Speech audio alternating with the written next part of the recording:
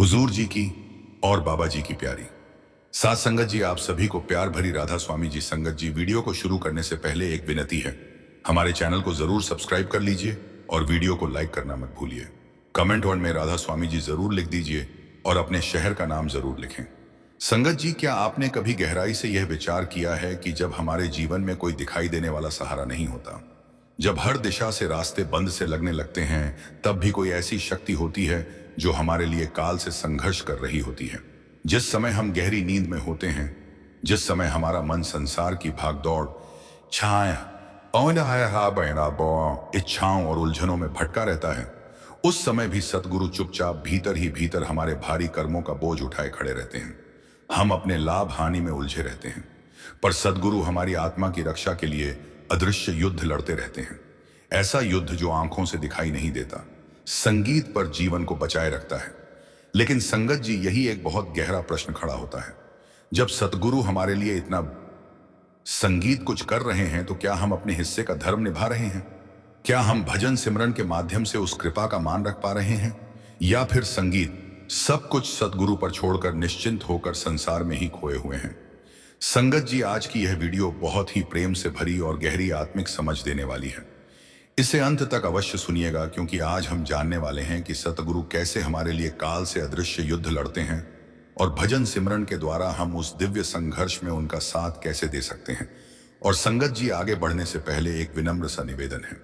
अगर आप हमारे चैनल भजन मार्गम पर पहली बार आए हैं तो कृपया संगीत इसे सब्सक्राइब जरूर कर लें, ताकि सदगुरु से मिलन के इस रूहानी और प्रेमपूर्ण सफर में हर आध्यात्मिक संदेश, हर प्रेरक ज्ञान आप तक निरंतर पहुंचता रहे।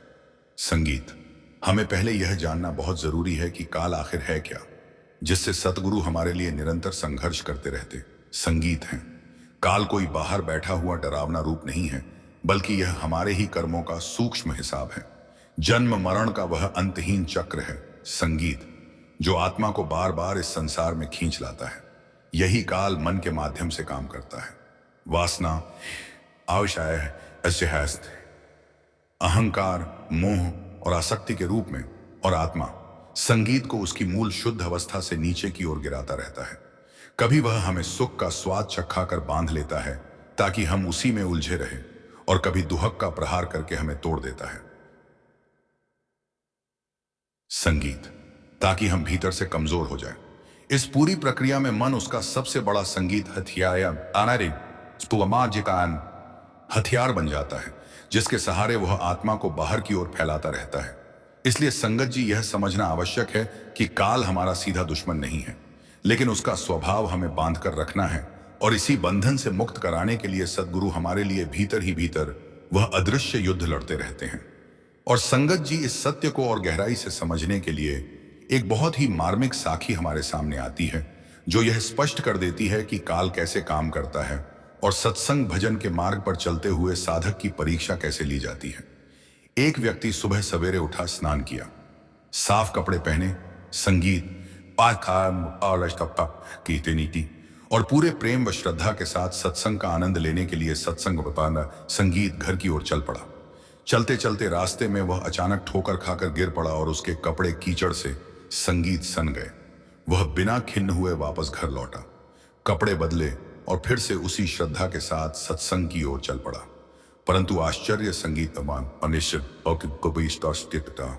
देखिए, ठीक उसी जगह वह दूसरी बार फिर गिर पड़ा। इस बार भी उसने हार नहीं मानी।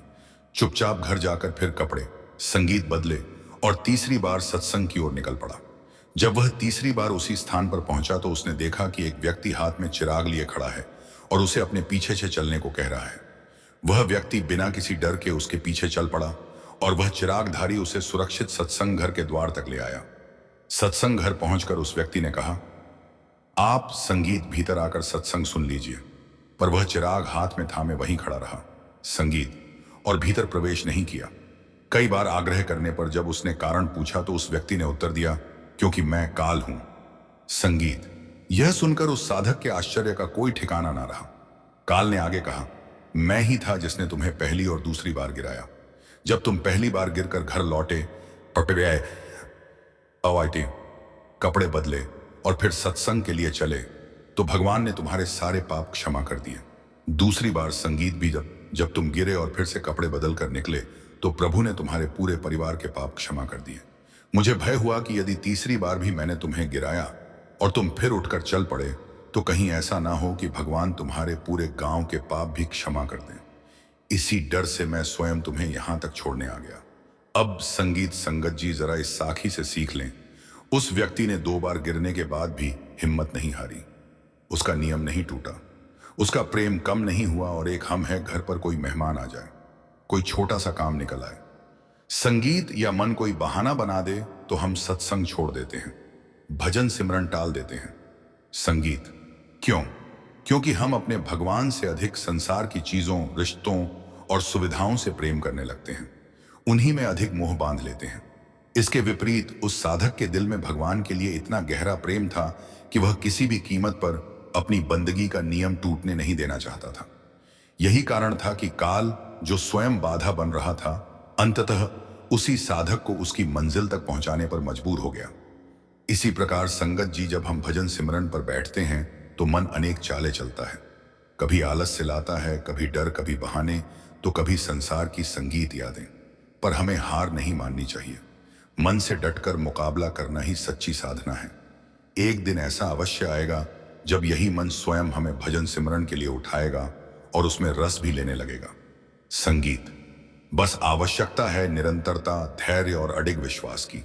हमें किसी भी काम या परिस्थिति के कारण अपने भजन सिमरन में ढील नहीं देनी चाहिए, क्योंकि जब हम अपने हिस्से का धर्म निभाते हैं तो मालिक स्वयं हमारे सारे काम सिद्ध और सफल कर देता है। इसलिए संगत संगीत जी, मन से हार ना माने, निरंतर अभ्यास करते रहा, यही काल पर विजय और सदगुरु के प्रति संगीत अचाम संगीत सच्चा सम्मान है। और संगत जी, जब साधक इस तरह मन से हार नहीं मानता, जब वह बार बार गिरकर भी भजन सिमरन और सत्संग के मार्ग पर अडिग रहता है, तभी एक और गहरा सत्य संगीत प्रकट होता है। सदगुरु का वह युद्ध जो हमें दिखाई नहीं देता, संगीत पर हमारे जीवन की दिशा बदल देता है। सतगुरु किसी तलवार, शस्त्र या बाहरी शक्ति से नहीं लड़ते।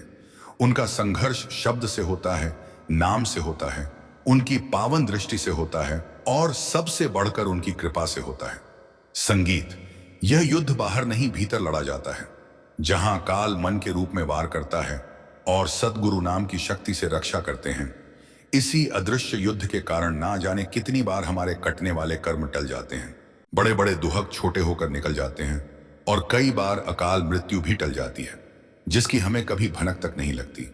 साधक समझता है कि सब कुछ अपने आप ठीक हो गया, पर वास्तविकता यह होती है कि सतगुरु भीतर ही भीतर काल के वार को रोक चुके होते हैं। इसी संघर्ष का परिणाम होता है कि साधक के अंतर्मन में जागरण की एक सूक्ष्म चिंगारी जल उठती है, नाम की ओर खिंचाव बढ़ता है, भजन में टिकाव आने लगता है और विश्वास गहराने लगता है। सच तो यह है संगत जी कि जहां साधक की अपनी शक्ति समाप्त हो जाती है, संगीत जहां मन हार मानने को तैयार हो जाता है, वहीं से सतगुरु का वास्तविक वैपारिक संगीत युद्ध आरंभ होता है और वही युद्ध हमें धीरे धीरे काल के बंधनों से मुक्त करने की दिशा में ले जाता है। संगत जी, सतगुरु अपार सामर्थ्य के स्वामी हैं। संगीत वे चाहे तो एक क्षण में सब कुछ बदल सकते हैं, हमारे कर्म काट सकते हैं और हमें काल के बंधनों से छुड़ा सकते हैं। संगीत लेकिन सतगुरु कभी भी साधक पर जबरदस्ती नहीं करते। वे मार्ग दिखाते हैं, हाथ थामते हैं, रक्षा करते हैं, पर चलना साधक को स्वयं होता है।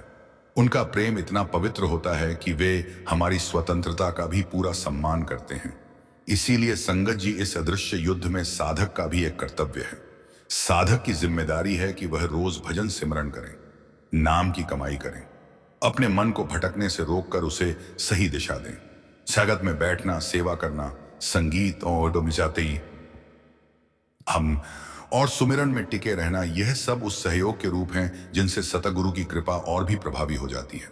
जब साधक ईमानदारी से अपना हिस्सा निभाता है, तब सतगुरु की रक्षा और भी प्रबल हो जाती है। और यही संगत जी संगीत एक तीखा लेकिन बिल्कुल सत्य प्रश्न हमारे सामने खड़ा होता है। अगर सतगुरु हमारे लिए हर पल काल से लड़ रहे हैं, हमारे अनदेखे संगीत संकटों को टाल रहे हैं, तो क्या हम भी रोज एक आध घंटे मन और काल से लड़ते हैं? या संगीत फिर हम सब कुछ सदगुरु पर छोड़कर स्वयं संसार और बहानों के आगे हार मान लेते हैं? यही आत्म मंथन वह मोड़ है जहां से साधक की वास्तविक साधना शुरू होती है और संगत जी, यदि साधक अपने इस कर्तव्य से पीछे हट जाता है, यदि वह जानबूझकर या आलस्यवश भजन सिमरन को टालता रहता है, तो इसका प्रभाव बहुत गहरा और सूक्ष्म होता है। संगीत भजन ना करने से सबसे पहले मन और अधिक बलवान हो जाता है। संगीत, क्योंकि उसे रोकने वाला कोई अभ्यास नहीं रहता। मन की यही शक्ति काल को खुला रास्ता दे देती है, जिससे वह फिर से साधक के जीवन में हस्तक्षेप करने लगता है। संगीत बाहर से सब कुछ सामान्य दिखाई देता है, पर भीतर ही भीतर गुरु द्वारा दी गई रक्षा धीरे धीरे ढीली पड़ने लगती है, क्योंकि साधक स्वयं उस कृपा से जुड़ा रहना छोड़ देता है। सतगुरु पीछे नहीं हटते, पर साधक आगे बढ़ना रोक देता है। इसे जीवन के सरल उदाहरण से समझिए। संगत जी, अगर हाथ में छाता हो लेकिन बारिश में उसे खोला ही ना जाए तो भीगने से कोई नहीं बचा सकता। उसी तरह अगर दवा घर में रखी हो लेकिन समय पर संगीत खाई ही ना जाए तो बीमारी कैसे ठीक होगी। ठीक यही स्थिति भजन सिमरन की है। सतगुरु ने हमें काल से लड़ने का सबसे बड़ा हथियार दे दिया है, नाम। लेकिन दुख की बात यह है कि हम उस हथियार को चलाते ही नहीं, और फिर शिकायत करते हैं संगीत कि मन क्यों नहीं मानता, जीवन में कष्ट क्यों आते हैं। सच तो यह है संगत जी कि जब तक साधक स्वयं नाम का सहारा नहीं लेता, तब तक सतगुरु की दी हुई कृपा का पूरा बल प्रकट नहीं हो पाता। संगत जी, अक्सर हम यह समझ लेते हैं कि सतगुरु का सम्मान केवल उनकी तस्वीर लगाने से, जयकारे लगाने से या कथाएं सुन लेने से पूरा हो जाता है। यह सब भावनाएं गलत नहीं है, पर यदि यही तक सीमित रह जाए तो यह सम्मान अधूरा रह जाता है। केवल बाहर की श्रद्धा बिना भीतर के परिवर्तन के सतगुरु के उद्देश्य को पूरा नहीं कर पाती। सतगुरु का सच्चा सम्मान तब होता है संगत जी, जब साधक रोज भजन सिमरन करता है, अपने मन की सफाई करता है, अहंकार को धीरे धीरे छोड़ना सीखता है और नाम को अपने जीवन का आधार बना लेता है। जब नाम केवल माला तक सीमित न रहकर सांसों में उतरने लगता है, तब सतगुरु की प्रसन्नता प्रकट संगीत होती है। यही वह क्षण होता है जब साधक और सतगुरु के बीच का संबंध औपचारिक नहीं बल्कि जीवंत और सक्रिय हो जाता है। सच तो यह है कि जिस दिन साधक नाम को अपनी प्राथमिकता बना लेता है, उसी दिन सतगुरु और भी अधिक शक्ति के साथ काल से लड़ने लगते हैं, क्योंकि संगीत अब साधक स्वयं भी उस दिव्य युद्ध में सहभागी बन चुका होता है। संगत जी, जब सच्चे सम्मान की यह समझ भीतर उतरने लगती है, तब साधक के जीवन में आत्म मंथन का समय आता है। अब प्रश्न बाहर किसी से नहीं बल्कि अपने ही मन और अंतरात्मा से पूछे जाते हैं। क्या मैं सच में रोज तय समय पर भजन सिमरन करता हूं, या फिर सुविधा के अनुसार उसे टाल देता हूं? जब मैं नाम लेने बैठता हूं तो क्या मेरा मन उसमें लगता है, या फिर वह हर पल नए नए बहाने ढूंढता रहता है? और सबसे गहरा प्रश्न, क्या मैं सतगुरु को हर समय याद करता हूं, या केवल तब जब जीवन में कोई परेशानी संगीत आ खड़ी होती है? यह प्रश्न कठोर लग सकते हैं संगत जी, पर यही प्रश्न साधक को जगाते हैं, क्योंकि सत्य यही है कि सतगुरु तो हर क्षण हमारा हाथ थामे खड़े हैं, बिना थके बिना रुके हमें संभाले हुए। अब सवाल केवल इतना रह जाता है, क्या हम उनका हाथ पकड़े हुए हैं, या फिर संगीत संसार और मन के हाथों में अपना हाथ सौंपे बैठे हैं? यही आत्म मंथन साधना को गहराई देता है, और यहीं से भीतर की यात्रा वास्तव में शुरू होती है। संगत जी, इस आत्म मंथन के बाद मन को केवल प्रश्नों में उलझाकर छोड़ देना ही पर्याप्त नहीं होता, बल्कि अब आवश्यकता है समाधान और प्रेरणा की, ताकि साधना जीवन में स्थिर हो सके। इसका सबसे सरल और प्रभावी उपाय है रोज का एक छोटा लेकिन सच्चा नियम। भजन सिमरन के लिए समय निश्चित संगीत कीजिए, चाहे वह थोड़ा ही क्यों ना हो, पर तय हो। यहां संख्या या लंबी बैठकों से अधिक महत्वपूर्ण निष्ठा है। मन भटकेगा, बहकेगा, उठने के बहाने बनाएगा, फिर भी बैठे रहना ही साधना है, क्योंकि वही मन को सिखाता है कि अब उसे पीछे नहीं हटना है। याद रखिए, संगत जी, भजन सिमरन में परिपूर्णता से अधिक प्रेम की आवश्यकता होती है। थोड़ा सा भजन भी अगर प्रेम और विश्वास के साथ किया संगीत जाए, तो वही सतगुरु के अदृश्य युद्ध में बहुत बड़ी ताकत बन जाता है। जब साधक सच्चे भाव से अपना यह छोटा सा प्रयास करता है, तो सतगुरु उसे अनेक गुना संगीत बढ़ाकर काल के हर वार से उसकी रक्षा करते हैं। यही भरोसा साधक को रोज उठकर बैठने की शक्ति देता है, और यही निरंतरता अंततः जीवन को रूपांतरित कर देती है। संगत जी, सद्गुरु आज भी काल से लड़ रहे हैं, हमारे लिए, हमारे कर्मों के बोझ के लिए, हमारी आत्मा की रक्षा के लिए। लेकिन अब समय आ गया है कि हम भी उस दिव्य युद्ध में उनके साथ खड़े हो, केवल देखने वाले नहीं, बल्कि सहभागी बनकर सदगुरु ने अपना कर्तव्य कभी नहीं छोड़ा। अब सवाल हमारे संकल्प का है। अगर आज की यह बात आपके दिल तक पहुंची हो, अगर कहीं भीतर कुछ हिला हो, तो इसे केवल सुनकर ना छोड़ें। आज से भजन सिमरन को टालना नहीं। यही सदगुरु को हमारी सबसे सच्ची भेंट है। इससे बड़ा कोई सम्मान नहीं। और संगत जी, अगर आपने अभी तक हमारे चैनल भजन मार्गम को सब्सक्राइब नहीं किया है तो कृपया अभी कर लीजिए, ताकि प्रेम और नाम के इस सफर में हर प्रेरणादायक संदेश आप तक निरंतर पहुंचता रहे। मिलते हैं अगली वीडियो में। राधा स्वामी जी।